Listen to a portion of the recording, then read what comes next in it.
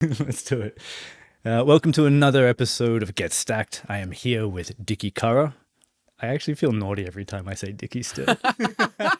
I occasionally get people saying that to me, like, "Really? Is that your actual name?" It is Richard, right? It is But Richard we by don't say birth. that. Is that like Yeah, a... look, it's fine. Like, if you have to, if I travel or any official documentation is Richard, but ultimately, yeah, Dickie. Yeah. Well, Nicholas feels like a really naughty word to me as well. There you Because go. obviously, I get called Nicholas if I'm in trouble. I occasionally get Dick from people, and that's That's not a kosher. no-go. Yeah, if That's I a get a text, no-go. if I ever get a work email saying "Hi Dick," I'm like, "It's not Dick." I won't correct Richard, but I'll definitely correct Dick. Yeah. So you are the hype man of Australian startup ecosystem, Yeah, or... I like that. Yeah. I say the hype man of Australian tech and innovation, Okay. just to broaden it out. Well, I prefer that you introduce yourself than me introduce yourself. I don't want to do some like cheesy like podcast host sort of transition, but like tell me about you. Like, how do you want to be presented? Yeah. I think like so for backstory, I picked up this moniker probably about 3 years ago now. People sort of started calling me the hype man. There's a couple of people that claim it was theirs, but I feel like it was one of those things that was an amalgamation. And then obviously I just sort of accepted it on my LinkedIn headline, I think initially, and then people sort of started using it everywhere. About 6 months ago, I flipped that into a business called Hype Man Media. Congratulations, by the way. Thank you very much. I feel like eventually I had to just kind of adopt the branding, adopt the name. Well, you got t-shirts like bang. Exactly. I saw that. Mate, you got to get the merch Yeah, first, and then it becomes real. So before you even register the company, I got the merch. And then, so we basically tell stories about global tech innovation and startups. So creating content, stories, helping to shine a spotlight on amazing people. One of the best things we get to do is just give a platform to founders and entrepreneurs, but also help them grow and scale. And that's both startup entrepreneurs, but also ecosystems, right? So this is where the hype man piece comes in, which is, the name came from the fact that I was really everything I was doing was aligned to growing Australian startups and growing the ecosystem that supports it. So that's still a big mission of ours. So, the global piece, I guess, is where it's grown to now, but I'm still the hype man for Australian tech and innovation, right? Which is something I love, a moniker I love to accept. Yeah, cool. So we're going to talk about things like innovation and storytelling, and there's a few other things that I want to throw in there. Okay. But I want to sort of stay with you for the moment because you're a pretty fascinating cat to watch. You're pretty out there on LinkedIn. Yeah. I think your face comes up more than anyone for me. More than Paz, to be honest. I get that a lot from people, and people always say to me when they meet me, "Oh, I've seen you on LinkedIn a lot. I always see you on LinkedIn. I know you from LinkedIn." I'm like, I can't tell if it's a good thing sometimes with some people. I'm like, there's a certain amount where personal branding is great, but I'm like, are they getting annoyed by seeing me too much? But yeah. Anyway. Well, let's dive into that a little bit because personal brand can be a bit of a dirty word for some, right? Yeah. So what is it to you? Because you've actually been building a really great personal brand, in my opinion, but I don't think you're necessarily like a branding guy. Yeah. So it's kind of happening naturally for you, or do you have like a bit of a strategy behind all this? I think there is a strategy of experimentation that I loosely kind of work with. Look, for me, it's about finding what your strengths are and supercharging those, and mitigating your weaknesses. And I don't think it's about turning it on when you need it, right? I think most people think of personal branding, it's like something I'm doing to obtain an outcome. The outcome will happen if it becomes just part of your personality, right? So it's not like I'm sitting at home going, but my personal brand probably is vulnerability, I guess, optimism, positivity, excitement, getting people excited about things, and just energy, like high energy. I don't sit at home and not be that person. I don't come into the house and instantly I'm like, oh my God, I hate everyone. Just switch it off. Yeah, literally. And that's what I think people think about personal branding, right? So they think it's like, I've got to turn this on, create this persona, which will then help me with whatever I'm trying to do in life, influence, work, whatever it is. It's not that, right? It's about just kind of uplifting the parts of your personality and almost being conscious of what that is. I think that's why I think for me that I've had success is because it's authentic, and the best personal brands are just that, right? It's a personal brand. Yeah. It's not a professional brand. It's about building your personality. So it's something that I think that just I've always been kind of conscious of. The last sort of 3 or 4 years moving into the entrepreneurship world, I became hyper conscious of. And then once you start building that kind of persona that's quite public, then obviously you become extremely reflective of that process and start to kind of understand it. And I do have a personal a storytelling masterclass series that I've just launched off the back of the fact that I started to realize people were constantly reaching out to me for support and saying, hey, how can I, can you tell me about how you do storytelling? You can tell me about how you built your personal brand. And after a while, you start to realize, like, somehow I've kind of learned through doing. Oh, there's demand there now. Yeah, exactly. I like that you spoke about your values then, almost like characteristics. It's something that I teach when I do personal branding courses and that sort of stuff as well. But a lot of companies stick values up on the wall, and they expect everyone to like just abide by those rules. But I like to talk about the way that you embody those values that you mentioned, like optimism, energy. Authenticity wasn't one that you said, but it was later on. Like, what are those things that you are conscious of in terms of embodying so you behave the way that you are sort of wanting to be presented? Yeah, I think, I think they're the main core. I call them my brand tenets, right? Ultimately, and I tell people, people listening, if you're sitting at home thinking, I don't know what my core brand tenets are, go and talk to 20 people from across your world, family, friends, work peers, colleagues, and ask them to describe you in 3 words. Once you get the 60 words back, you will know what your core brand tenets are, right? Because that's the easiest exercise to start working out your brand. Whether you like it or not, by the way. Yeah, exactly. And I think this exercise that's an easy way to start. It can be kind of evolved and grown if you then ask for negative feedback, right? And then you can sort of understand that. I've done a few workshops around that with people, like awesome business coaches that have gone, right, here's the dark side of your personality. And that's what I mean about the mitigation piece, right? But to answer your question, it's for me, those core brand tenets are what make me me. And then it's just, it's a constant work in progress to evolve that and grow that, right? Once you understand who you are, then it's just about kind of evolving the best bits. And so, like, there's moments where I wake up in the morning and maybe I am that person. I'm not the person I want to be or want to be perceived to be. And it's about just sitting there and going, no, I'm not going to start a day like this. I'm going to choose to be different, right? And I'm going to choose to be who I want to be in life and who ultimately I am. There's a lot of acceptance work there, right? Lots of work. And I feel like you've been doing that work for the last few years. It's been a transition that I've been watching. Yeah, thank you. And I think there is a moment in like a lot of entrepreneurs' lives where they decide that they have to start playing bigger. Yeah. Was there a moment for you where you made that decision? Yeah, I think about sort of 2.5 years ago, I sort of started to get a lot of traction, and I think, as we just kind of spoke about, going back a little bit, I felt like I was starting to build this persona, right? I felt like I was starting to get a lot of awareness and a lot of people reaching out for support and almost having that small moment of virality online, and then starting to realize the potential influence of that on my career. And I think that was the moment where at the time I was in a steady relationship. We were moving towards something more serious, getting married and settling down.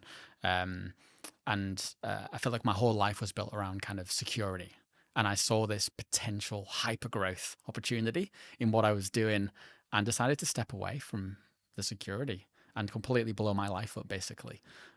Go become super independent, launch my own projects for the first time, move, change my friend group. Like, there was an enormous shift in my life, basically about 2.5 years ago. And it was probably only about 6 months ago that I get that kind of routine security back. So it was 2 years really of that, where I was hypercharging my growth and personal brand, I suppose, but at the same time was going through like a lot of deep work about who I was, what I wanted, people I wanted to be in my life. So I think that was really the moment, right? That was the catalyst. An incredible journey. It's a lot of work, as you know, right? But also, like, it's been the best choice I've ever made, really.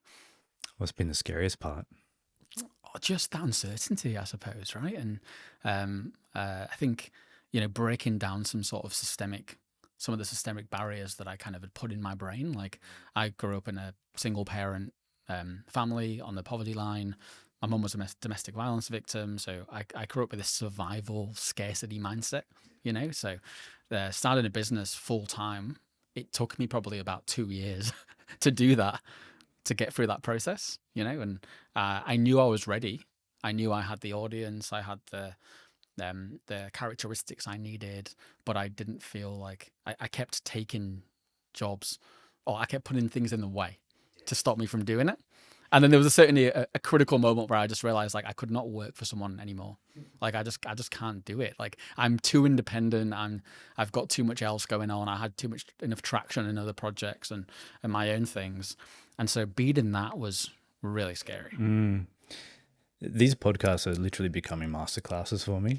It's like, like, oh my God, this is the stuff that I need to hear. Like, I don't care about what you guys need to hear, but this is what I need to hear. I love it. So I'm probably like, 12 months, not behind you, but like in terms of like, I'm letting things sort of pop up and get in the way of what I want to be doing. I'm just starting to push them away now. And I'm feeling that fear, that survival mode kick in. Like, no, but I need this. No, but I need this. Like, do you?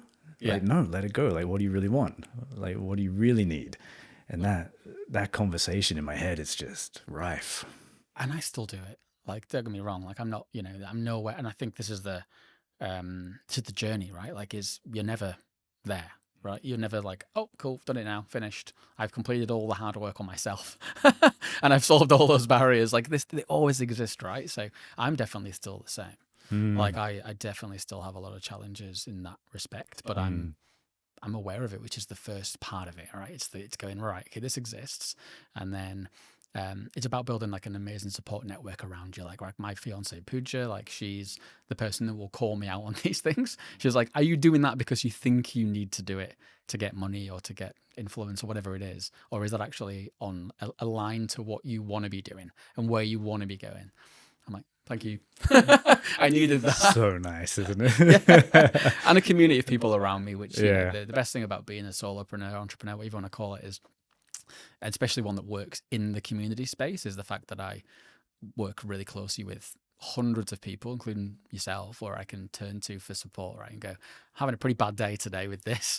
How do you feel? Oh, the same. Yeah, that's just the way it is, right? Yeah. And we've got that huge community to fall back on. It's so nice to have that, just going back to your fiance for a second, the metaphorical rolled up newspaper that says, no, like, stop it. Yeah, exactly. They see you, they call you out, but it literally comes from love. Yeah, it does. Not like the pissed off mom that says she's like yelling at you because she loves you, but like, actually, like, I want what's best for you, pick you up. You know? Such a nice dynamic to have. And you need that external, because you get caught up in your own head, right? Like you do, and then you're fighting your own stigmas or traumas or whatever that is. So you need that extra person or people ultimately that are going to challenge you and be like, I know what you're trying to do in your own head right now. Here's an objective opinion about it, right? That's so important. Yeah, they literally look into your soul and they're like, I fucking see what you're doing right now. And it's not nice sometimes. Like, I argue back and I'm like, no. And it's like, and so that's, that's been a huge part of, like, I think, hence, like, what I say about that stability piece, right? Like, that last 6 months or so, like, we've been together for 2 years, Pooja and I, but it's probably the last 6 months where I've had that comfortable relationship where she's able to turn around to me and be like, no, fuck you. Like, you're not doing that. And I'm like, okay, I need that. Yeah. Now, I'm going to go back a step and you let me know if we don't go here. But you sort of opened it. Yeah. You said, domestic violent background. I relate to that. Yeah. My question is around, do you feel like that has kind of helped sort of shape this almost, I call it my savior complex, where I really want to like support people to the best of my ability.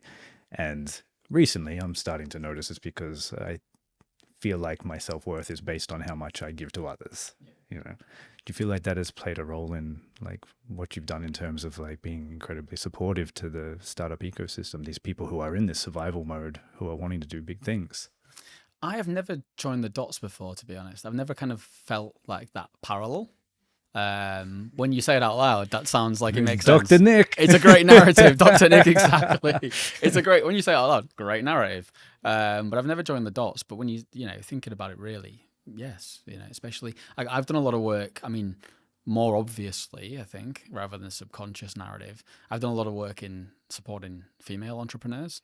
That's definitely come from that, like walking into this industry and sort of seeing the barriers and systemic barriers and challenges that they face, which are so much higher than males. That's definitely been something that's really inspired me. And I guess I've always built stronger relationships with women growing up. I think that's, and my community is, working in the community space, it's quite female heavy, actually. Like I was nominated for this award. I've done a few awards actually. I've never won an award, right, in this industry. I've 3 times nominated. I've got a great loser's face. Here you go. The Spanner Award. It's not even a spanner, it's a screwdriver. I feel like that is great, awesome. I've got a fake award that's not even the right name, but I've been nominated. I've been anyway. Like, no sob story here, but I've got a great loser's acceptance face, at awards, like when you see Leonardo DiCaprio, who's for the 6th time at the Oscars not winning, he's like, oh, brilliant. I'm good at that. But I've been nominated for 3 awards now, and I think every single time the category's been all women and me. So I think the community space is heavily because of the caring nature, because of, there's a lot of stereotyping here, but and I think that part is the part I bring in, right? I think that comes from that kind of extremely close maternal relationship. And then, like I say, like that really caring about uplifting women in the space. But I've never really thought about the savior complex, but now that is going to be something that I'm going to be thinking about quite deeply, Dr. Nick. I'm just looking in the mirror, so I'm I'm making the most of it. Like, exactly. What do you think about this? Because this is what my brain's telling me. Yeah. Absolutely. Let's talk about growing the audience. Yeah. I think it's something that this particular audience will like to hear about, because you're someone that sort of blew up pretty quickly. Like when you decided to, you sort of like made some moves and all of a sudden, bang, I've got the following. I better do something with this following now. Yeah. Now, digital space, very loud. Mm-hmm. Right. And everyone's trying to get attention, and getting attention is no good unless you can hold that engagement. Right. What do you feel like you're doing differently to like hold that engagement? I think it's about spreading out the messaging that you talk about, right? So I think it's like I keep innovating with what I'm trying to create, and it's keeping it fresh and having a numerous different kind of angles and discussion points. And I always tell people as well to really make it about giving, right? You make it about giving and make it about emotion, right? So it's like, firstly, like the biggest change I noticed when I was creating digital content was to move away from explaining and saying what to saying why, right? And giving huge value back to people. So it's like, if I think about creating anything now, I always think, what is the value? What is the value for someone reading this? What is the value for someone engaging with this? What is the value for someone watching it? Whatever it is, right? I think once you've started to understand the concept of value for an audience, that's when it'll be an absolute game changer in terms of what you're doing. So having that as a critical piece, but then also just making sure there is different things. And I'm always experimenting, changing. If you talk about LinkedIn as my biggest kind of digital platform, ultimately, the algorithm's changing every couple of months, right? Potentially even faster. So it's like you've got to be constantly playing and tweaking and experimenting and trying different things. That keeps it fresh and innovative in itself. And it's just about being consistent with that, right? Once you do that. So building in those kind of core narratives to what you're talking about, building in that value framework, and then just being consistent with the experimentation. I think that's where I see the success. Yeah, we'll get more into storytelling in a minute, but like I do love the concept that storytellers are like the artists of communication. Love that. And there's something so beautiful in someone that can tell stories, and you're a storyteller, and people lean into stories. I think that's, not to answer the question that I just asked you, but just to like reflect back to you, like what I think is so beautiful about what you do. You tell stories, you go to the effort, you are considerate with your communication. And so you craft it as a story, as a piece of art that people are going to consume and enjoy, not just end up with knowledge in their head, Yeah. or information in their head. Yeah. I think that's what really special about what you do. Thank you. It's a personal passion, really, ultimately, right? Like I always think, how do you become a storyteller, right? Like it's like the reality is I was always that person that was great at talking about, you know, my travel adventures or telling kind of like tall tales to people when I was younger. And I was always that person who would sit around in a circle of friends and have them all laughing at something that happened to me that day in terms of the story. And, you know, my uncle used to be like that. He was probably the biggest father figure growing up for me, and or male figure in my life. And people used to say the same thing about him. And, oh, you're just like your uncle. And then I look back now and think like, that was the kind of the origin of my storytelling, right? And then it was, you know, it's consuming content, right? It's watching movies and TV series, reading books, and being really obsessed with this concept of narrative before you start to realize like you are a storyteller. And then you get the chance to, and everyone's a storyteller, right? I guess there's variations of how conscious you are of it and how good you are at doing it. And it's a skill that everyone can be better at. Yeah. I fully believe that. And there's a certain point where you start to realize that you do it. Like I worked in sales sort of from 18 years old. I was like working for a travel company. So I worked for about 4 or 5 travel companies. And selling holidays is like the perfect way to start getting good at storytelling, right? Because you're like, I remember I went to Morocco, which actually ironically still has, you know, 1,000-year-old storytelling traditions. Like if you go to the Jamal Fanar there in Marrakesh, you'll see storytellers, which are literally people who just tell stories to a crowd of people, and they would have done in, you know, hundreds of thousands of years ago. But I was in Morocco, and my job was to scout out locations there for potential like high-end travel tourists, and then I'd come back and I would like literally talk to people on the phone for like 2 hours and telling them all these amazing stories about the things I do. Oh, when you get there, you'll see this, and then you'll do this, and you'll walk down the street. And like, I didn't realize what I was doing was building this like really good storytelling muscle. And then you worked in partnerships, and I worked in business development, and I was always, everyone would say to me, whatever I did, oh, you're really good at getting people excited about something. And again, I didn't connect, but that's what that was, right? And then eventually moving into this world, I started to realize that I built my kind of content and digital, you know, persona and brand. It was like, I'm just storytelling about me now. And now I'm the product that I'm selling. And that was a huge moment to kind of a game changing moment for me to then look back and be like, I've actually done this my whole entire life. And it's such a joy now. Like, yeah, I watched a film last night and I was just I was obsessed with the narrative building that they were putting together. So now once and you should probably do the same, right? It's now you're at the point where it's like, yeah, you're gonna take the romance out of it. It's like, I see what you're doing, Scorsese. Yeah, exactly. But you know, I did, and I ironically again, I did an A level. I think they call it in England. I'm trying to remember what the name was, but an A level, which is like a kind of pre-university qualification at college. They call it in the UK as well. So after school and before university in film studies, where we're literally pulling out narratives, stories, cinematography. And again, I look back and I'm like, wow, I didn't realize what was happening here. But subconsciously, I was picking storytelling throughout my whole career. Yeah. Let's be really helpful to the audience right now in terms of like, you know, here's someone who's really good at storytelling, building a beautiful LinkedIn presence. And it's all good and well saying, tell stories. Yeah. Like, what's a couple of little like easy tips that we can give to people that, you know, rather than jumping online and telling people information, how do they actually start a story? How do they finish it? What is that little cocktail? I like to think of there's 3 really important words with storytelling. There's why, firstly. So what is the purpose? What is your purpose? What is your mission? So defining that.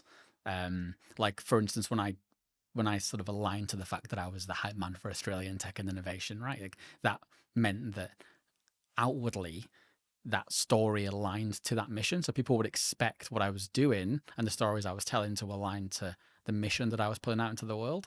So I think understanding what your mission and your purpose is as a storyteller is critical. And it's also the why someone should care. Like, okay, why should this person Like why is my audience care? And then that brings us on to the second one, which is who. So who is the audience you're actually telling this story to? Once you've understood your audience, you can craft and tailor that story so it's more effective, right? More impactful. It resonates with them. Like, I think storytelling is about emotion, right? So it's gleaming an emotion from someone, especially if you're selling something, which predominantly all storytelling is selling. Whatever you're selling, it's whether you're selling, a product, a service, or just a feeling. It's all selling, right? So people get uncomfortable with that concept, but that's what we do. Like, if you're telling your mum a story when you're a kid about this amazing piece of Lego that you want, you're trying to get pocket money to get it, right? Ultimately. So there's always an outcome, but I'd say if you understand the who and the audience, then you know how to tailor that story, right? Like, if you were trying to get your mum to get that piece of Lego, like you're tailoring that story to appeal to her, right? So yeah, it's going to be like, it's very like an educational piece for me. Yeah, I'm going to learn a lot about engineering here, mother. Exactly. This is my future engineering career. Exactly. And then the third piece is the how, right? Which is once you've understood like the audience, when you've understood like the purpose and the mission behind it, then it's just really working out how effectively to tell that with the resources that you have. Yeah. And that's crafting that story. So for me, they're the most important things. People, I think of what when they think of storytelling. It's like, right, what is it? What am I trying to say? But there's so many more stages you need to think of before that. Yeah. To really make sure that that aligns with your audience. Yeah, the what doesn't hit deep. Nah. I think a lot of people, when they teach storytelling, it's about persuasion and influence and all that sort of shit. But I believe it's more about resonance, where you actually you kind of almost vibrate with people. Yeah. And I think a really nice little framework to have in someone's mind is always start with a problem. Yeah. But make it really sort of visceral. You got to feel it. Like, bring them into it. Like, really like help them understand that you see them. Right? And then have a perspective on it. So 3 P's: problem, perspective, and promise. Nice. So perspective is like, what's your unique perspective on this problem? And this is where you get to sort of talk about your expertise and share your experience. This is why I am the expert in this. Yeah. And then the promise, like, what's going to happen if you like come with me on this journey, the transformation. So that's a really nice sort of framework for a sales story. It's a great framework. And also just acknowledge the fact that as 2 storytellers, we have got frameworks that have 3 things in them. Yeah, always. And like, all P's, all T's, all B's. Has to be illiterate. I feel like that's a great bit of advice for everyone, is when you tell stories, use the rule of 3. Yeah, exactly.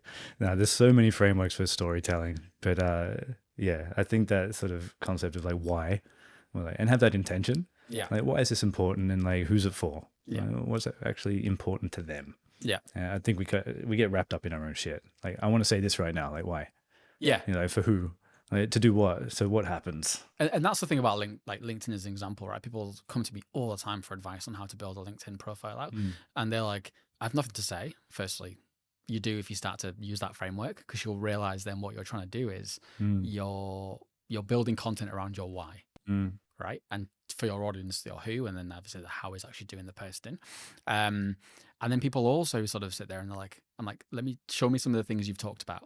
And it's just like, I went to this event, tagging a few people in it. And it's like, okay, what purpose does that have beyond just showing that you're someone that does things? And then what is like for the audience reading that, what value are they getting from that, right? Like, what is the real value, apart from potentially shouting out, the person who hosted said event? That's what I used to do 2 years ago. And then the critical point where I went from sort of 2,000 to 12,000 followers and then building the business around it was the moment I started to put this framework in and then start to think about the why, like what actually is the purpose of me doing this and what actually is the value for the audience. And that just completely changes everything. And using that perspective on everything you do is just a quick way to just completely change your influence and success straight away. And I might actually point out, like, I can see that your content does that. Like, now that you've said that, I'm like, actually, I've seen the transition. Because, yeah, it used to be like, blah, blah, blah, I'm here, I did this. Yeah. And now it's transitioned to, oh, actually, this is quite interesting. I've actually got something out of this. Oh, good. There's definitely moments where, like, Of course. You get busy. And we dump every now and then. Yeah, exactly. And you're like, hi, I'm still here. Yeah, exactly. Feeling very insecure right now. Like, I want some attention. 100%. Yeah.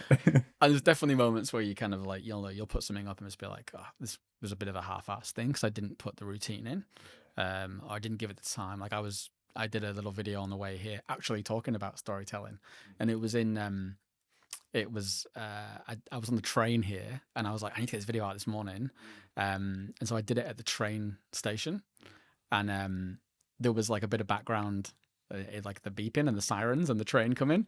And I was like, oh, it's not perfect. And I was like, no, one of the key things to remember about storytelling is authenticity, right? So like someone once told me 80% perfection, 20% authenticity is the key. And I was like, screw it. So I kept this. And the very end, the very last sentence, which was my call to action in the story, was the like the beep, like the horn from the train went. And I literally put the post up and then put in the comments at the very bottom of it in the copy.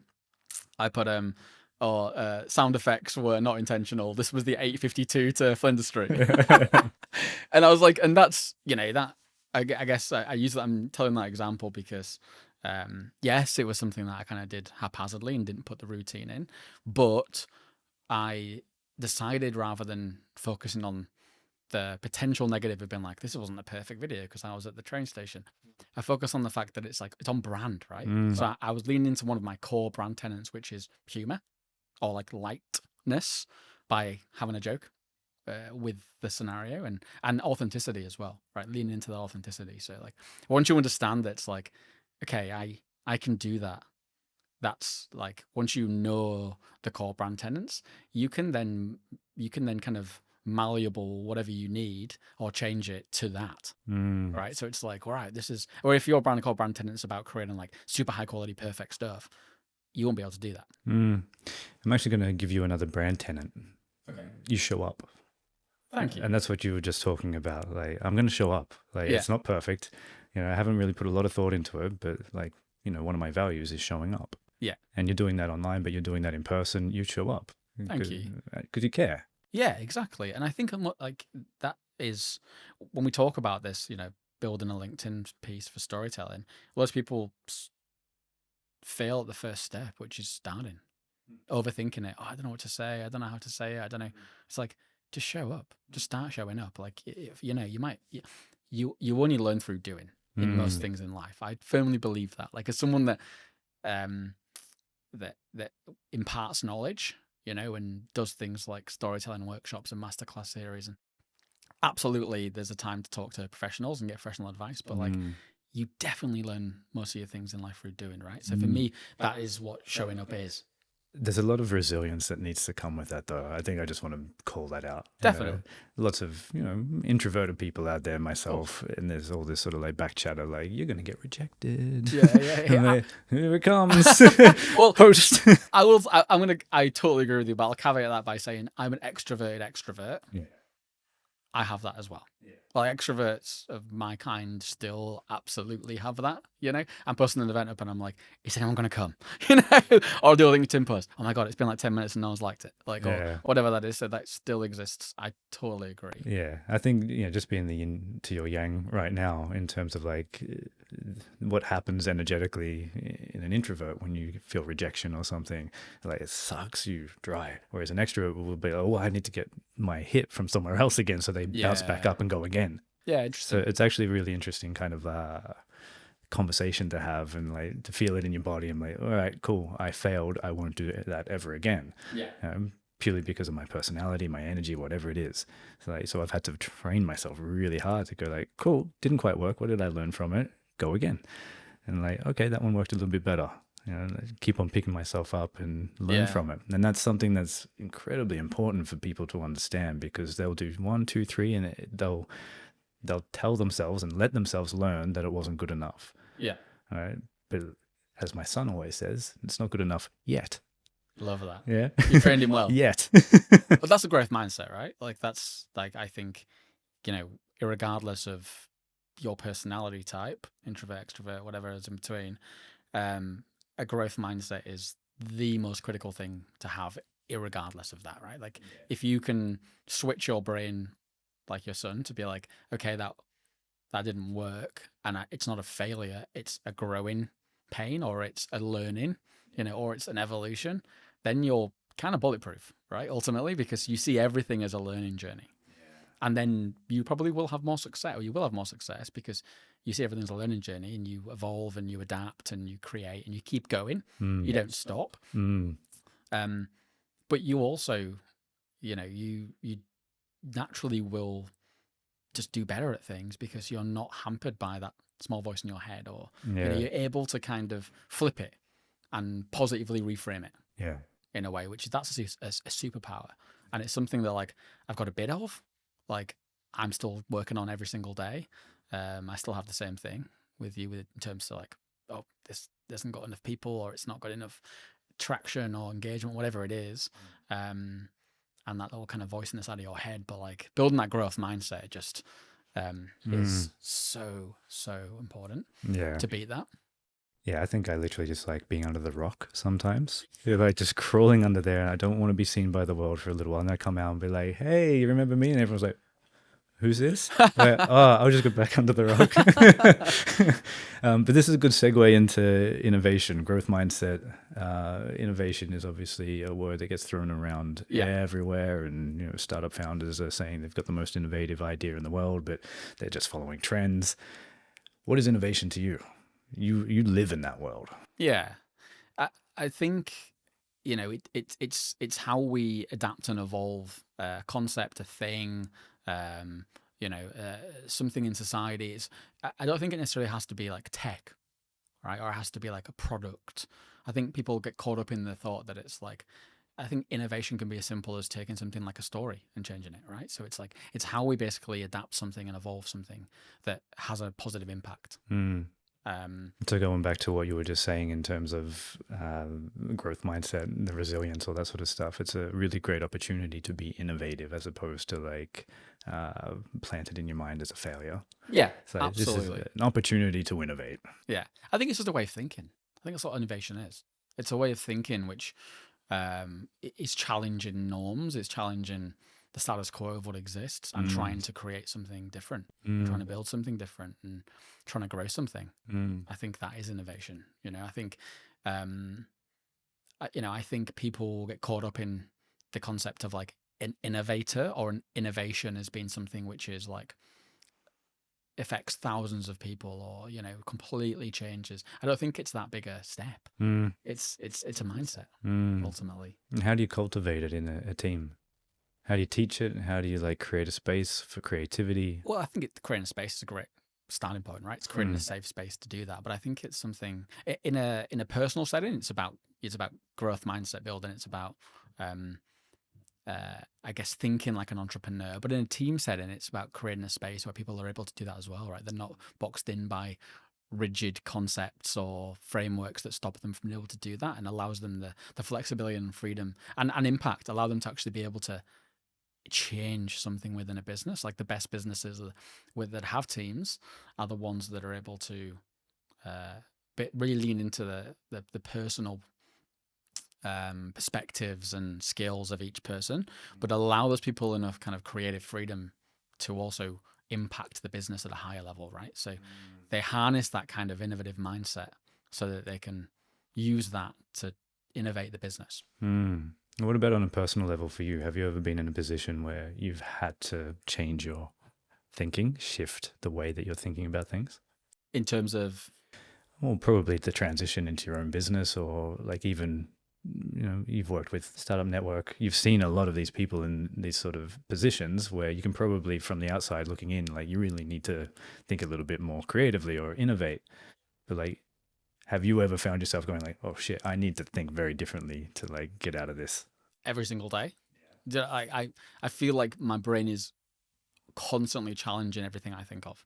Like it's like I think of one thing and then I'll challenge it 10 times and like throw different perspectives and opinions. And sometimes I can get caught into like a vortex of like indecision, like because of that process. But I then it's about just kind of I'll generally then step away and then come back to it and be more decisive when I get caught in that state. But I'd say all the time, all the time. I think like you should always be thinking about how to change something, how to adapt something, how to evolve something, how telling us a different story will change this, or a different perspective, or a different audience, or like I think that's an innovative mindset, right? Is the having that constant challenge. I think it's about caring. I think like a huge part of it is about caring what you're putting out into the universe, whether that's in a team, a job, you caring about impacting the business you're in, or whether it's yourself and what you want to achieve and what you want to do. Talk more about the challenging your thinking 10 times every time you have a thought. I definitely have undiagnosed ADHD. Yeah. No, but I think a lot of people will relate to that. It resonated with me. I'm like, oh shit, I do that as well. That's quite exhausting. Are you saying this is a good thing or a bad thing? It's both, right? I think it's both. Like I got caught in I'm going away in 6 weeks, for 6 weeks, and last night was booking the very last parts of my trip. So I'm going to China, Malaysia, Thailand, and Brunei, and I was booking the last like 3 hotels. And I had like 5 options in Kuala Lumpur, and I got caught in this like spiral of indecision where I had all 5 up, and I could go through this process of like pros and cons in my head, like at a rapid pace. And then my partner was like, all right, you've been here for half an hour now. I'm giving you 5 minutes to decide, or I'm forcing you. I was like, okay, cool. And in 3 minutes, I'd made a choice. I just pulled the trigger and was like, you're right, I'm stuck in this vortex. So, it can happen in every scenario, but I think it's a really good superpower to harness, like that kind of rapid fire thinking of perspectives and challenging kind of decision making and really seeing it from loads of different angles. I guess it's going back to the storytelling piece we talked about, which is like you understanding the why of a decision and understanding the why of why you're doing something. I think being reflective is the biggest thing you can, like the most important thing you can be in life is to reflect. And like one of the amazing parts of being an entrepreneur is like, it wasn't really until coming into this world did I actually deeply start to reflect, because it's all about that, right? If you talk to every single founder or entrepreneur, the first thing they're asked is why? Why are you doing this? Why are you doing this? Why are you the person to bring this to life? What is your purpose, right? And then when you start building the personal brand and you're building that around storytelling, which all personal brands are ultimately storytelling, you start to go deep onto the reasons why you've done everything, right? So you reflect on, and we've done this now on this pod, is like, there's 2 or 3 things that we've talked about that I haven't even thought about. The savior mindset. We've talked about kind of the fact that I was telling stories for a Moroccan travel company and then telling them for sales jobs and then telling them as a kid and, at school and to get pocket money. And then, these scenarios where you're building this personal brand is you're constantly reflecting on why you've done something, who it's made you, what growth that's achieved for you, or what's worked, what hasn't worked. That is the superpower you need to harness, right? Is like reflection. Yeah, I can second that. And my version of that, the way that I teach it, is the slingshot method. And it helps people understand or get excited about doing the reflective work, because it's not the sexy work. Like, ask someone to journal, like, fuck off. I'm terrible at journaling, can I just say? I've tried it so many times. So am I. But like, when we do it, we know it's actually good for us. And we understand like the science behind it, the neuroscience, all that sort of, we understand, but we don't do it. But when you think about it like a slingshot, like what we're doing is like we're pulling right back. We're reflecting, we're understanding, and we're creating this space for clarity. We have a clear head, and then we can let go. And we just launch with that clarity, and all those decisions that are like being challenged like 10 times over, they're just not being challenged anymore, because you took that time to understand where you are, what you need, what your purpose is, all that sort of stuff. And then you can just go bang. It's like an arrow. It's a great analogy. It works for me. And when I teach it like that, people are like, okay.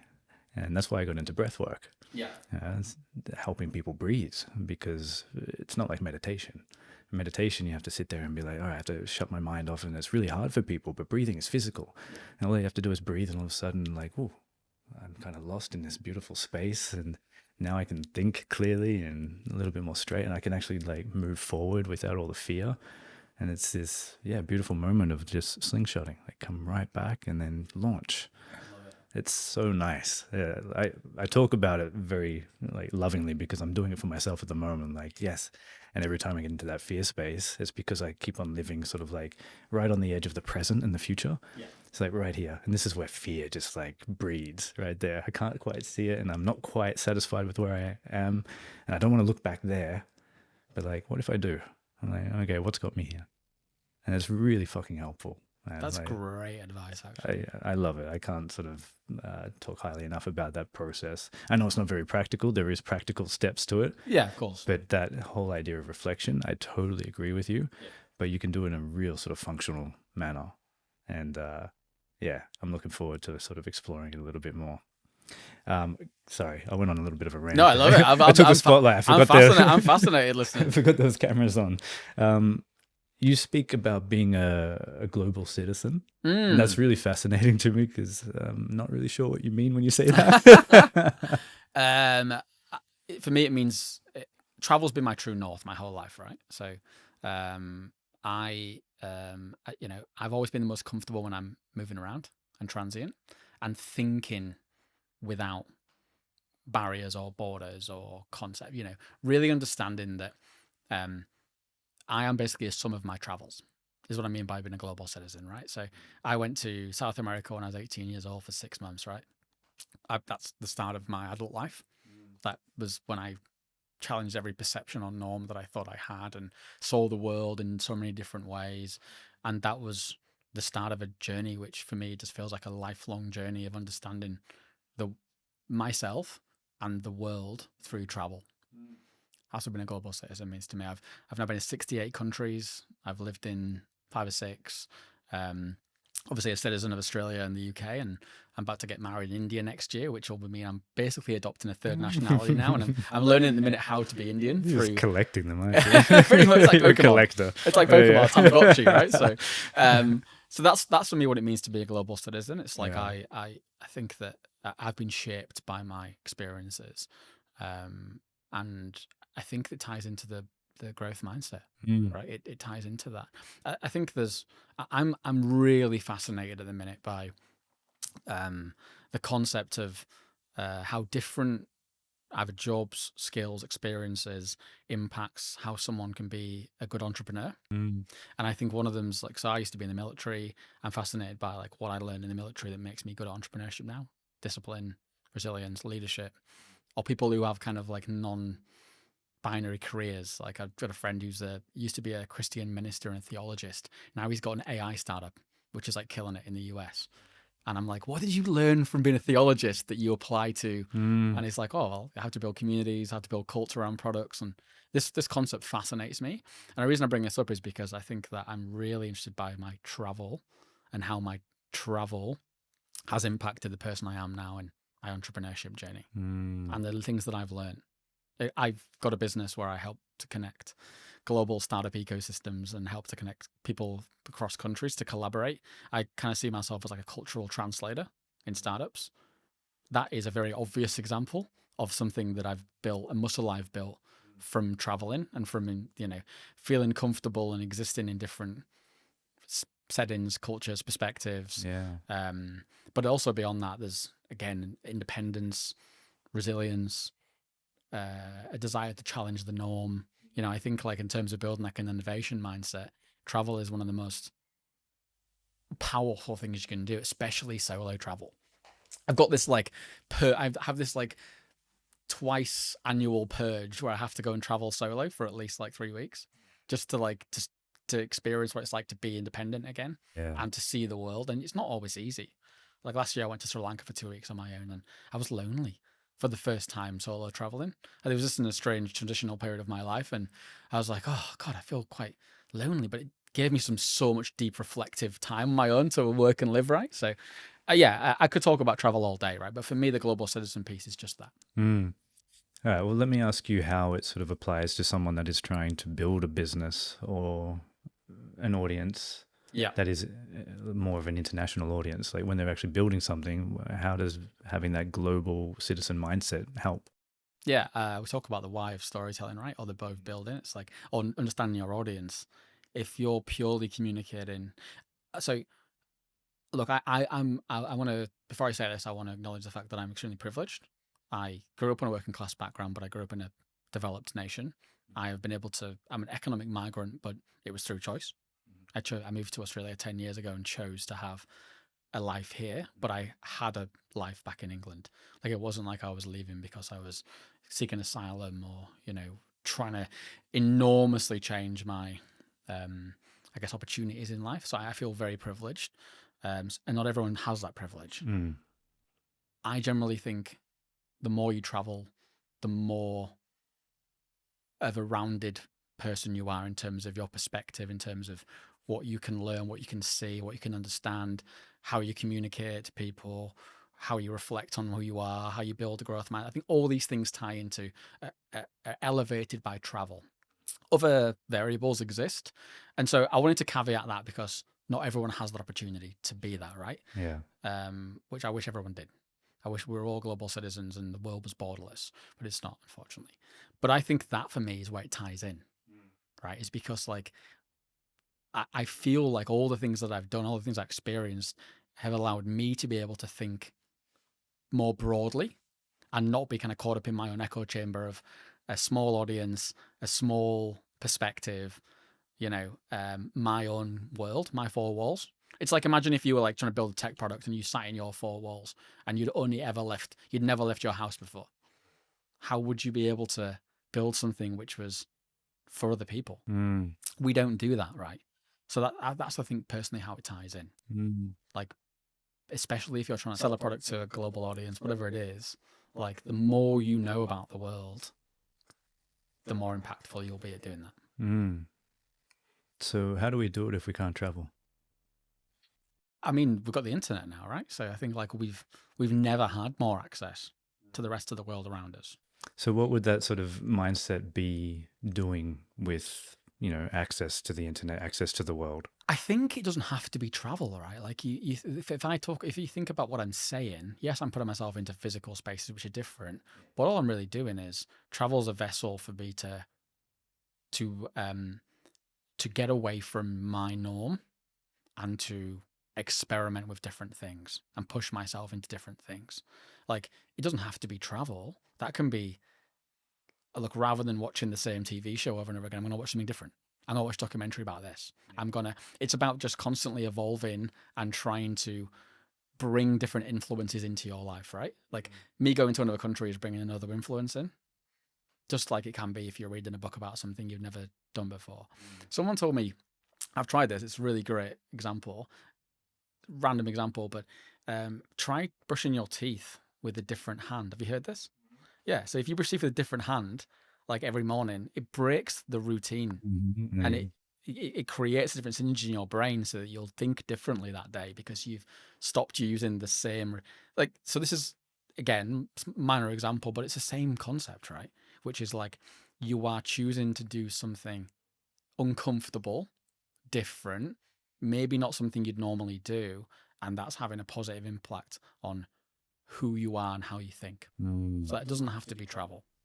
For me, that's travel because I love that, and I feel the most comfortable when I'm uncomfortable. Yeah, like sitting on a train in the middle of nowhere, going, "How? What? I'm going to China in 6 weeks," and I'm like excited about the fact that I'm terrified. If that makes sense. Yeah. Like the prospect of like, how do I use the internet there, and how do I read road signs, and like I'm constantly in this like extreme excitement and terror phase where like every day it's like interchangeable, but the feeling's really the same. And I've started to realize that those two things come hand in hand. 100%. I just started shallow breathing there. I'm like, yeah, me too. Yeah. I'm about to learn free diving. I'm going to go to a little island and basically be with the sharks. And I am terrified of the dark water. You know the dark water? Yeah. Where the scary monsters live? Oh, yeah. I'm about to go diving down there, apparently. Luckily, you're doing it in a country like Australia where there's nothing that can kill you, right? But but you've nailed it, right? That's a great example, which is something that you're doing here. That's not leaving the country. Yeah.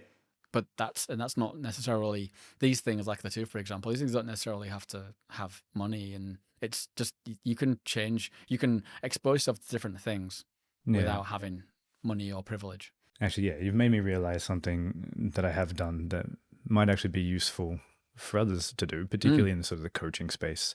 Through COVID, when we all shut down, I put myself out on LinkedIn, said, hey, you know, all the creative entrepreneurs out there, if you want someone to talk to, like, I'm here. And I booked up a month overnight.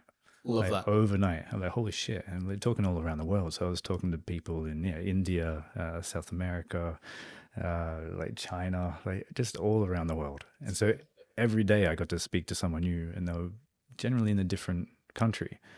And it was such a beautiful experience. Yeah. But what I actually like learned is like we are so the same. Yeah, exactly. We're all human. We all have the same fears, the same concerns, and the same sort of emotions. And like even the most sort of like scary looking dude on the other end is just as nervous as I am, you know. And it was such an amazing experience. And it's that global citizen mindset shift that I had Yeah. that taught me so much about what I could be doing on a global scale, as opposed to just in this, you know, space that I created, creative co-working space. Like, you know, it was great, but all of a sudden I couldn't do that anymore. So I kind of expanded the horizons, and suddenly I'm talking to people in Brazil, you know, and it's learning so much. And now they're my friends, and they've like come over and they've met me, and like that's so cool. Beautiful, like perfect example. I've just done a similarly. I started the year and was like, I want to spend some more time connecting with founders in Australia again, because last year I got a bit caught up in just my own projects, launching the business. I wasn't connecting with founders, and I was getting overwhelmed when people would reach out to me on LinkedIn asking to connect. So I put 3 hours aside every Tuesday morning just for office hours, open house. Similar to you, I booked out 6 weeks in like a day, and I was like, wow. And it's been amazing because like 30-minute conversations where I'm learning about people, what they're doing, what they're working on, their problems. That in itself is something which is pushing me into my uncomfortable zone. And like I'm coming away from those sessions feeling enlightened, feeling more stronger about who I am, my knowledge, my purpose in the world, and just learning from all these other people. It's honestly, it's so great. And that was, 30 days I did that for. And at the end of that, I was like, fuck, I love coaching. Yeah. You know, like, yes, some of it's mentorship. We just sort of connect, but other people need that coaching. And I didn't know I was able to do that. And so putting myself in that position, I just sort of transformed. Like, okay. And there was something you were saying about like travel. But what I got out of it was like this sense of like confidence that you develop that you don't even realize you have. You're just suddenly not scared of things anymore. You're just starting to behave in different ways. And it's that choice to do the uncomfortable things. Yeah. This philosophy I have around behaving the way you want to become. It's not faking it till you make it. It's just behaving in ways that make you feel uncomfortable, that allow you to grow into this version. That's perspective there, right? Like that's, we use that phrase and we think about other people's opinions or other people's feelings, but like that in terms of perspective setting, that's what that does for you, right? Like the thing that was like small and scary is no longer small and scary when you're sat on a train in China in the middle of nowhere going, oh, I've done this, I've got here. Like I'm reading, like I said, the minute I'm learning to be Indian, I've just finished a book this week, which was about Indian migrants who've come across to the UK. I grew up in the UK, spent my life around amazing Indian people. Never really connected the dots of some of these stories and how challenging and harrowing they can be for them to leave their home country to seek a better life. I was having a hard day as an entrepreneur reading that, and I just remember putting the book down and saying, I'm not gonna feel bad about this because my life is amazing comparative to these really hard situations, right? So again, by reading a book, I'm challenging my echo chamber of thoughts and world to bring in another perspective, which has allowed me to kind of move away from that and positively reframe kind of what I was feeling that day. I love that. I'm aware that I have to wrap up. I wish you didn't. I could talk all day. I could sit here all day with you, man. I do forget that I'm like in front of a camera right now talking with you. Perfect conversation. It's good fun. So let's wrap up with a bit of a takeaway. Like if you were to leave the audience with one piece of advice, it could be in storytelling, it could be innovation, it could be building. It'd be like, what is it that like you want to leave with someone? I think it's about just sitting down and looking at yourself in the mirror and being like, who am I? What do I stand for? And who do I want to be? I feel like for me, like I'm at that point in my life now where that's become a norm for me. And it's almost become something that I can spot within 5 seconds with someone else if they haven't done that, or if they're not in that part of their life. Yeah. Right. And that, I think it's a huge journey, and there's so many barriers to get to that point. But it starts with being honest with yourself. And it starts with just looking at yourself and being like, okay, cool. Am I ready to do the work on myself? And so many people I speak to want to be something or be somewhere or do something, but it starts with that. So I'd say if you're listening to this and you haven't quite done that yet, it's challenging, but you can start light, which is basically just starting to accept all the things we've spoken about, the why, the reflection, the growth mindset. They all come back to the same thing, which is basically just choosing that lifestyle for yourself. So I'd say that's the main thing that I want to leave with the audience. Beautifully said. Dickie Currer, the hype man. Pleasure, buddy. You too, Nick. Appreciate it, dude. Thank you.